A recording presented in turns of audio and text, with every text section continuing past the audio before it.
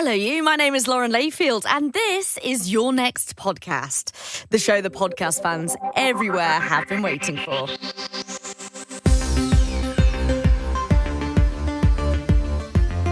My job as the host of this show is to bring you a curated list of new podcasts to save you wasting time by endlessly scrolling. Consider it a little gift. This week, even though you might have just packed away your Halloween costumes for another year, I have decided to bring you something truly terrifying. Ghost Story from Wondery and Pineapple Studios is a series about a journalist who resolutely does not believe in ghosts, but he is forced to think again when he finds out that spooky things which happened in his childhood bedroom seem to have eerie connections with a historical murder which took place next door. I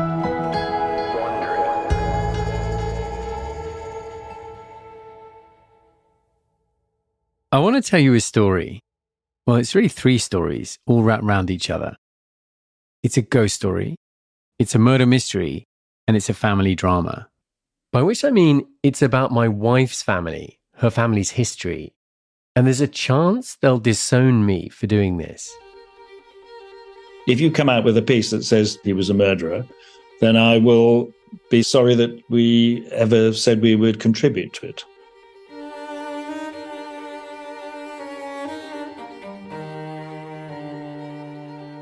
But before we get into any of that, let's start at the beginning, with the thing that set all of this in motion. When I was 16 back in the 90s, my family moved to an old Victorian house in London on a street called Queen's Road. I slept in a bedroom tucked into the creaky top floor, and weird things would happen up there. I'd wake up and objects would have moved across the room, specifically this one vase. When I go to bed, it'd be on the mantelpiece, and then in the morning, I'd find it on the desk. I'd put it back, and the next morning I'd find it somewhere else. Lights would flash on and off on their own, and I'd get this uncomfortable cold feeling whenever I was alone in the house. It freaked me out at the time, but the truth is, I didn't really think much of it. I was a teenager. I had other things on my mind. Every now and then, I'd ask my sister if she was messing with me, but she always swore she wasn't. I grew up, left home, and became a journalist for Al Jazeera. I cover things like French labor strikes and the war in Ukraine. I don't believe in ghosts. So when my family moved out of the house on Queen's Road, I completely forgot about the weird stuff that happened in there. Until that is, a few years ago, a man reached out, an old neighbor of ours, with a story about that very room. I mean, it's quite a story. His name is Charles Pinellis, and he knows everything about this neighborhood. You could say he's a bit of a gossip, but you probably shouldn't. Slanderous. Gives completely the wrong impression. Anyway, this is what he told me. Charles was walking around my old neighborhood one day, going door to door, collecting donations for the local museum. I was there rattling a tin. And definitely not gossiping. Well, I mean, it was just so-and-so's still there and so-and-so's moved out and they've had a divorce and all that sort of business. Eventually, he gets to my old house and knocks on the door. A woman answers. She's the mother of the house. After chatting for a bit, she invites him inside and she tells him a story unlike anything he's ever heard before. The story goes the American swans up with a hello and... Here's what she tells him. One day, the woman is at home at my old house. She looks out of the window and she sees a man standing on the driveway. So the mother of the house opens the door. It's someone who used to live in the house, an American man who'd lived there with his wife and 2 children. The American says to her, "I'm so sorry to bother you, but I just have to know. Do you still have that ghost in the top bedroom? Straight, like that." What the American man proceeds to tell her, the things his family experienced on the top floor, it makes her go completely white. Because this isn't the first time she's heard of something going on up there. She just never believed it before. To This struck a chord since the daughter had always insisted that there was a ghost in her bedroom, which would manifest itself on occasions and sit on her bed. The woman's daughter, starting when she was around 10, began complaining about a ghost visiting her room at night, specifically the ghost of a faceless woman. She said to me, "Oh yes, my daughter told me about some goings-on, some sort of faceless woman who comes and sits on my bed." And she said, "I always batted them away on the basis that we don't believe in that sort of thing. So I rang your father, and he said that was Tristan's room. So I imagine he phoned you and the cat was out of the bag." I promise you, and I hope you believe me, that I don't normally find myself having conversations like this, or even entertaining these sorts of ideas. But it's kind of weird, right?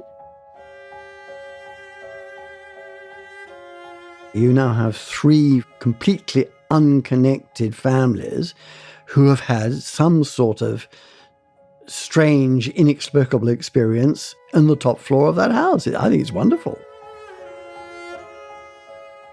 It was definitely intriguing, but it probably wouldn't have been anything more than a story I'd tell my friends in the pub. Except I couldn't stop thinking about this faceless woman. And that's because there's another coincidence, something I hadn't thought about in years. So I guess Tristan and I had just started going out, and they invited my parents round to his house to come and say hi. I first learned about it when my wife, Kate, and I had just started dating about 20 years ago. My family still lived in the house on Queen's Road, the one with the supposed ghost, and Kate was staying with us. And my granddad was in London, so they invited him over too. She was very close to her grandfather, so my folks asked if he'd join us. So granddad arrived. He's got nice rosy cheeks, granddad, like all the men in my family. He wore a beret every day to keep his bald head warm. And then my granddad walked into the house, and before he said anything else, he said, "My mother was murdered in the house next door." And I don't think we had ever put 2 and 2 together between where Tris lived and this big murder that happened in the family.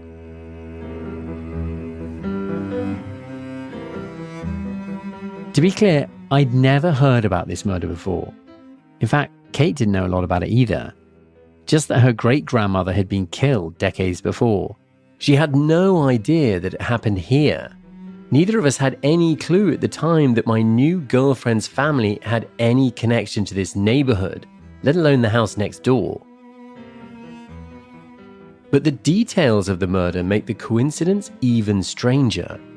Because just next door to my house, the house supposedly haunted by a faceless woman, Kate's great-grandmother was killed by 2 gunshots to the face.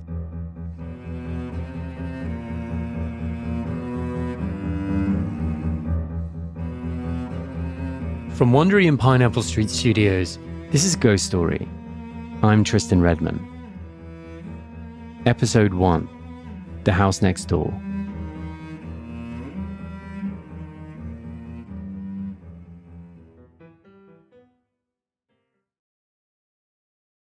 We've now come to the murder story, but before I tell it, I want to tell you a bit about my wife's family, the Dancys, because the murder didn't happen in my family, it happened in theirs. And the Dancys are a pretty impressive bunch. I'm going to take you through a tiny family tree. I'll start with the bald guy in the beret, or a beret to you Americans. He's my wife's grandfather. He was the one who announced that his mother had been murdered in the house next door.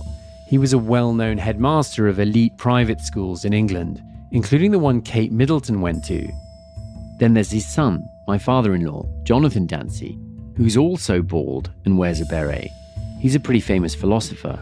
What if lying is ethical in this situation? What if certain actions aren't universally good or bad, like Jonathan Dancy says? So much so that he's name-dropped in an episode of The Good Place. Jonathan Dancy, are you talking about moral particularism? We never even covered that. And then there's his son, Hugh Dancy, my brother-in-law. First positions, please. Roll the camera. That's him in the latest Downton Abbey movie. And action! Coming down the stairs, not expecting to find him there, waiting for you. Hugh is Hollywood famous. He's not bald, and frankly, he doesn't look great in a beret. He's been in a bunch of movies and TV shows. Black Hawk Down, Hannibal, and my personal favourite, obviously, Ella Enchanted. You're the first maiden I've met who hasn't swooned at the sight of me. Then maybe I've done you some good. And then there's my wife, Kate. We met at university. These days, she works for the United Nations. Before that, she was a diplomat. And as if she couldn't be more impressive, she literally used to save children for Save the Children. Let's go straight to the expert on the UN, Kate Redman. Kate, what can you tell us about the decision? So I work at UNESCO, which is one of the UN agencies. It works on education. I'm not a Dancy, but I'm also pretty bald these days. And when I married Kate, the Dancys gave me a beret of my own so I could fit in. When you first meet the Dancys, they can be a bit intimidating, but they're also warm and funny. And after 20 years of hanging around them, they've become my family too. But in all that time, I hardly ever heard anyone talk about the murder. It wasn't a secret, but aside from that lunch with Kate's grandfather, it just never really came up in conversation. Until I started asking questions about it. What story did your dad tell you when you were 18? That his mother had been murdered. Not until you were 18? Mm. This is my father-in-law. I call him Johnny. He's the Good Place philosopher. He seems to be the only family member who was told about the murder on purpose, so he has the closest to the official version of it. He was driving me back from Oxford. I must have been an undergraduate there. And we were just going over the Ridgeway. And he just started telling me this story. Perhaps he started off by saying something like, I was younger than you when my mother died, and your grandmother didn't die a natural death. But I should tell you how it happened. The woman who was killed was Johnny's grandmother and my wife's great-grandmother, named Naomi Dancy. The year was 1937, and Naomi was a pioneering doctor in London. She and her husband lived in their house on Queen's Road, just next door to where I grew up. So my grandmother's brother was living in the house, Morris. He was sort of disturbed because he had been damaged in the war. Naomi's brother Morris was struggling with shell shock after World War I. He'd come home with a piece of shrapnel in his brain, having lost an eye. I don't know where this detail originated from, but it would later be reported that Naomi had particularly beautiful eyes. And as Morris lost sight in his own, he developed a deep jealousy of them. Anyhow, one night, Naomi was in bed, she'd gone to bed early. And Morris came into the room and shot her in both eyes. And then he went into the upstairs loo and cut his throat.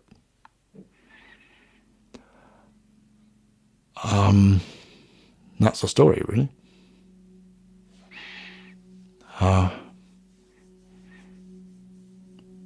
Yeah, that's the story.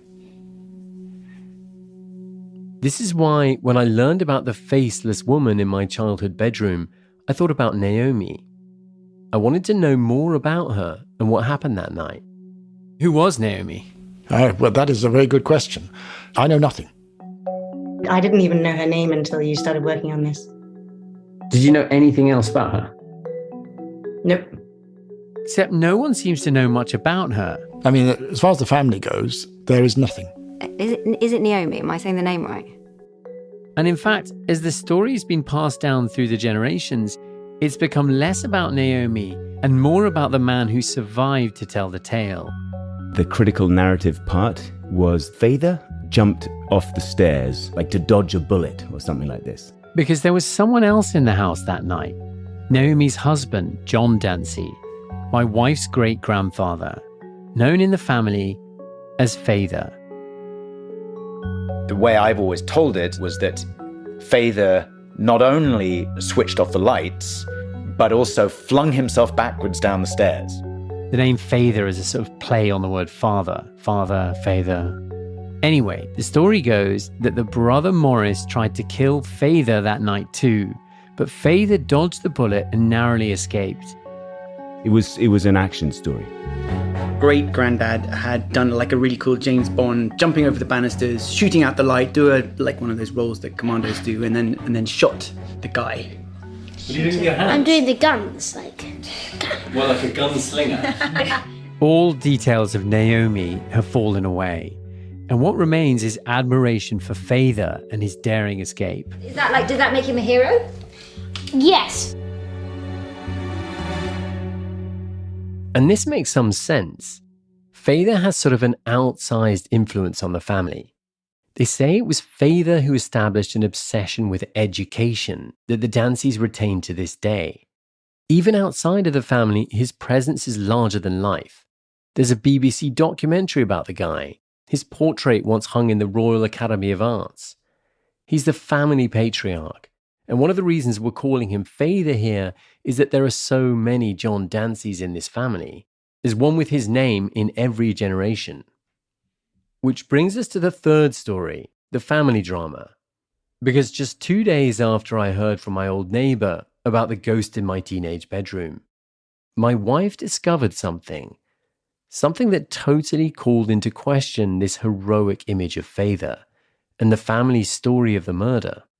Can you remember the story of how you ended up finding that article? Was it like a sort of Google wormhole you were basically in? I go down so many Google wormholes, yeah. Kate's helping her dad with an obituary for her grandfather, the one that was headmaster at Cape Middleton School. She's poking around online to see what's out there, and she remembers him telling us about his mother's murder in the house next door. And I looked up something like Dancy, murder, Richmond, not expecting really to find anything. And I did. I came across this crazy article on the National Archives website, and I had no idea why it was there. It was written by an archivist who happened to stumble upon the file from Naomi's murder. Apparently, most murder files are kept in one building in London in the National Archives. And out of thousands of cases, this murder stood out to her. She found the police files so strange that she decided to write about it. She gives the broad strokes of the murder story, but then she raises some serious questions about what happened that night. So I think it says murder-suicide or double murder, ? It was mind-blowing for me because the article questioned who was the guilty party and suggested that potentially it was my great-granddad and not the brother. And that was the first I'd considered the idea or even read any suggestion that the case was not sort of closed and clean and that the right guilty party had been found. Kate forwards the article to her family to see if this could be true, and none of them had heard anything like it before. It was hard to tell how seriously to take the article, but at the very least, we now realize that there was a different version of the story floating around, and it was totally unlike the official Dancy family story. I mean, obviously the question was, did Father do it? Kill them both.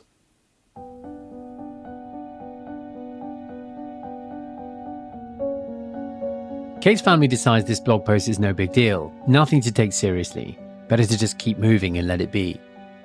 But I couldn't stop thinking about it. So I did some reporting, went back to the source, and got my hands on the original police file. Yeah. Let's do it. Yeah, let's go. Let's go. Do it. And because I'm no murder detective, I called one up to help me understand it. Really anxious to hear what you make of all this, Taki. Oh, I find the story fascinating. The hairs stood on the back of my neck when I read it. And once I started reading it, my little curiosity project took on much bigger proportions.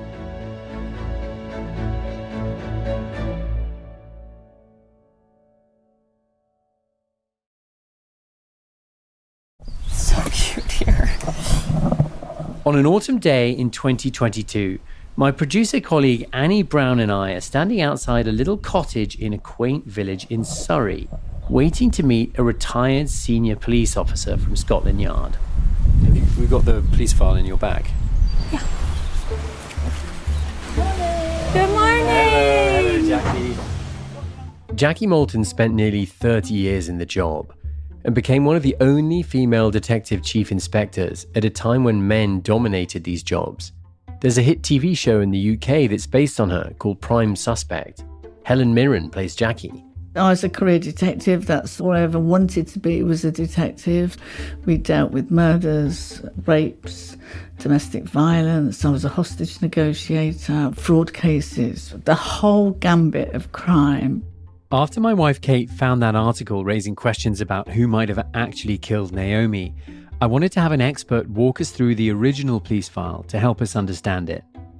Okay, can you explain to me what you're looking at? So in front of me, I have the file relating to the murder that was in the National Archives. Well, it's the record of the crime and what happened. It's a storybook, really. The narrative of the criminal incident witnessed from different points of view. In this case, we have the most important statement from John Dancy. By the way, I should say that in my wife's family, there are a lot of people called John Dancy.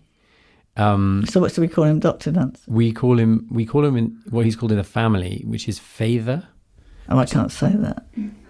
I can't say that because there's no evidence. Sure.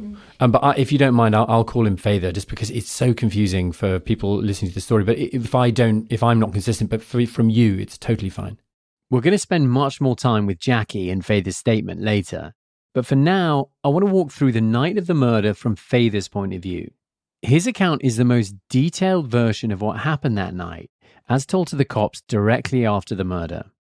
So this is a statement of John Horace Dancy, aged 46, a medical practitioner, who saith, "I am a medical practitioner and at the moment semi-retired.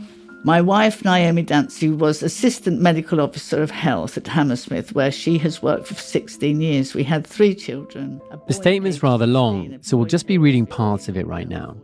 In these first opening sentences, Father is outlining the main characters in the story.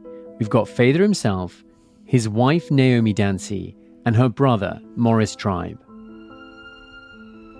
Maurice Tribe, aged 44, an army officer, pensioned with severe head wounds and with loss of an eye, was my brother-in-law. Remember, Maurice Tribe came back from World War I with a piece of shrapnel lodged in his brain, having lost an eye. Father tells us that Maurice's mental health has been deteriorating. He's been drinking more and more, and he's staying with the Dancys on Queen's Road so they can look after him. And now, let's pick up with the night of the murder. Father's statement starts the clock at around midnight. Naomi Dancy had arrived home late from a lecture she was giving across town. Father tells us what happens next. I sent my wife to bed and went and peeled an orange for her and told her to go to sleep as she was tired, and I would write to the children and get it off tonight. Then I went to my study on the first floor and started to type letters to the children. Just after midnight, with Naomi in bed, Father settles in to write to his 3 kids at boarding school, sending them updates from home. Maurice is also still awake. I could hear Maurice, who was in the next room, moving about. I left my door a little ajar so that I could hear what he was doing. Father is listening for Maurice's movements because he says he's already nervous about what Maurice is capable of. He explained earlier in the statement that Maurice has recently been threatening Naomi, even specifically threatening to shoot her eyes out. About 1:10 a.m, I gauged the time because I rang the ambulance up 20 minutes afterwards. I heard him go to the lavatory and lock the door, and shortly afterwards I heard shots. I thought it was 3. I went to the door and saw Maurice advancing towards me. I said, "Maurice, what have you done?" He was advancing towards me with the revolver in his hand pointed at my head. I tried to reason with him, but he kept coming towards me, saying nothing. I pretended to lean against the door, and I realised he meant to shoot me. I switched the light out and dropped flat to the floor. He shot as I fell, and the bullet whizzed by my ear and went through the back window. I laid quite still and pretended that I was hit. He then went into the lavatory and closed the door behind him. So, Father is lying on the floor of the landing pretending to be injured. His wife, Naomi, is in their bedroom to his right. And his brother-in-law, Morris, has just disappeared into the lavatory off the landing. I went to the lavatory door and tried to force it.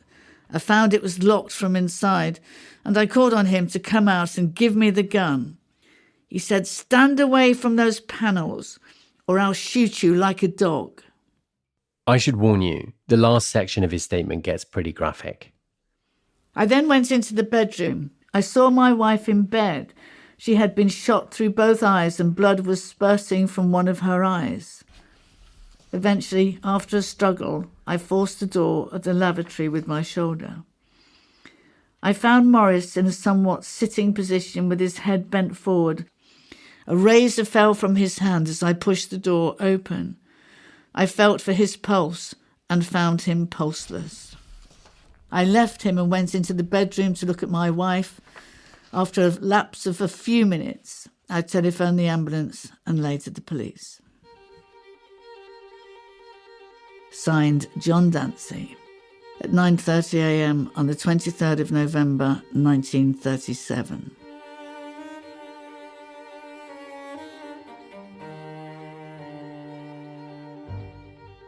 The story of the murder was picked up by newspapers all over the world, from Tennessee to Dublin, Wisconsin to Liverpool. There was something about it that seemed to grip people.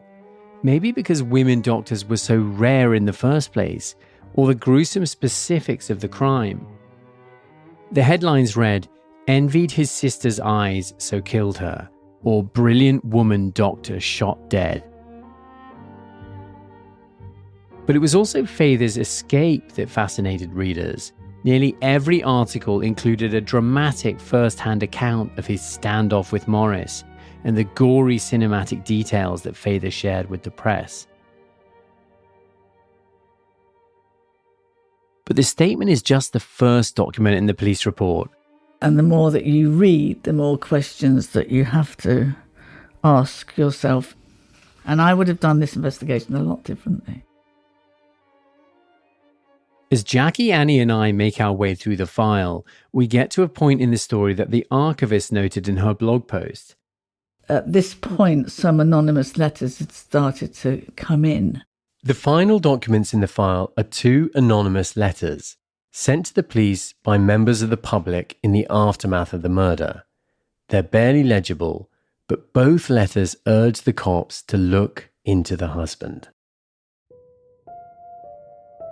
One says, quote, "Believe me, I am not the only person over here who thinks he murdered his wife and brother-in-law himself." So if you get one of these letters, what are you thinking? Well, I wouldn't have investigated it like it's been investigated in the first place, but if I received anonymous letters, that would give me a nagging doubt that I had missed something. And what the police do in this is just minimise it and ignore it. I mean, it can all be true. Let's face it, it can all be true. But these are the unanswered questions. Okay, at this point, here's where I am. There's a ghost in my teenage bedroom, a faceless woman. Somehow, I've married a woman whose ancestors just happened to live in the house next door, and one of them had her eyes shot out. And now it seems like there's a suspect in her family that no one has ever looked into. And let me throw in one more wrench. That bedroom, the one with the faceless woman in the moving vase, it's where my wife and I first got together. It was actually in this house in Richmond. That was when we sort of might have realised that there was something maybe more than just being flatmates. Remember, Kate and I met at university, and the first few years we were really just friends. Even though we shared an apartment, nothing ever happened between us. But then the summer before our final year, Kate came to visit me at my parents' house on Queen's Road.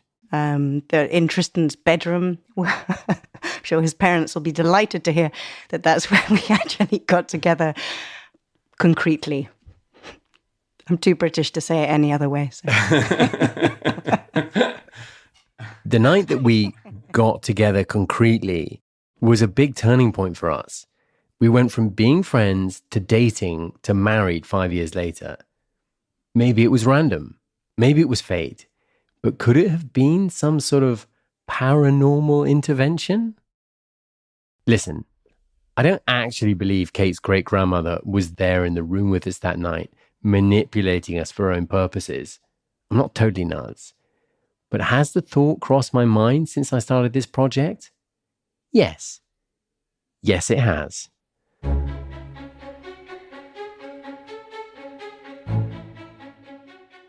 You think you're going to come across as like the wacko ghost believer? In the family? Yeah. I hope not. I realise that at best, opening up a 90-year-old murder case involving your family, Katie, and wondering if there's any link between the murder and a ghost in my teenage bedroom is totally ridiculous. And at worst, it's a very bad idea as a son-in-law to be doing this. I mean, it is totally wacko. But is it a terrible idea? In many ways, yes. But here are the questions I need to answer, right? Did your great-grandfather get away with murder? Is your great-grandmother the faceless woman haunting my teenage bedroom? And while we're at it, did we end up married because this ghost wants me to solve a murder that everyone's been getting wrong for a century? I mean, it sounds like so far-fetched, but it's like you've kind of opened many doors and you've kind of got to work out where they're going to go. You don't have to be diplomatic. Do I have your blessing to pursue this story? Oh yeah, you do have my blessing. And then at the same time, I sort of have this sort of strange gut reaction that's like, God, I hope this is done the right way. Shit.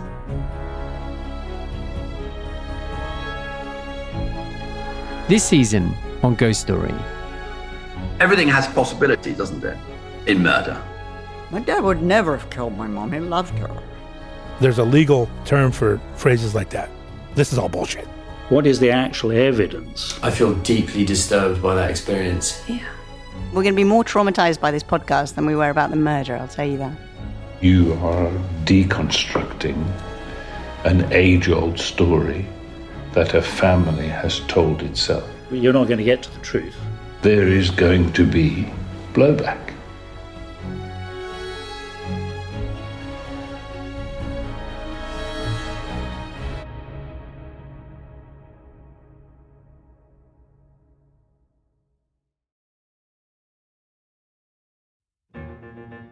Ghost Story is a production of Wondery and Pineapple Street Studios. It's hosted by me, Tristan Redman. Our lead producer is Annie Brown, and senior producers are Chloe Prasinos and Jess Hackle. Our producers are Zandra Ellen and Emerald O'Brien, and our associate producer is Natalie Peart. Our editor is Joel Lovell, with fact-checking by Maximo Anderson. The theme song and music by Daryl Griffith, supplied by APM Music. There's mixing and original music by Hannes Brown. Pineapple's head of sound and engineering is Raj Makija, with assistant engineers Sharon Bardales and Jade Brooks. The senior audio engineer for Ghost Story is Davey Sumner, and the senior producer of development for the show is Jess Hackle. The artwork is by Brian Kluge. Legal services for Pineapple Street by Rachel Strom and Sam Kate Gumpert from Davis Wright Tremaine, David Hurst from 5RB, and Crystal Tupia at Odyssey. The senior producer for Wondery is Michelle Martin, with producers Brian Taylor White and Grant Rutter.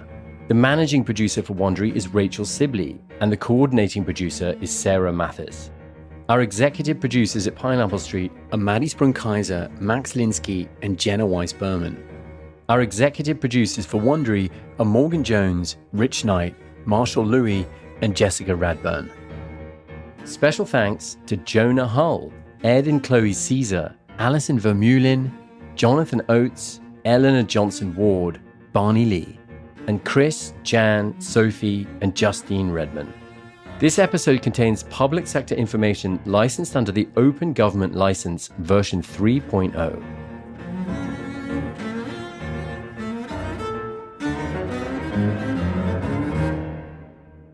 Ghost Story is horrifying and brilliant, and I recommend you keep the lights on. It can be found on Apple Podcasts, Spotify, Amazon Music, or wherever you find your podcasts. Once you've tapped follow for that show, don't forget to do the same for this show too, so you can find your next podcast. All my recommendations from the whole series will also be on Podcast Rex at www.podcastrex.com. That is www.podcastrex.com.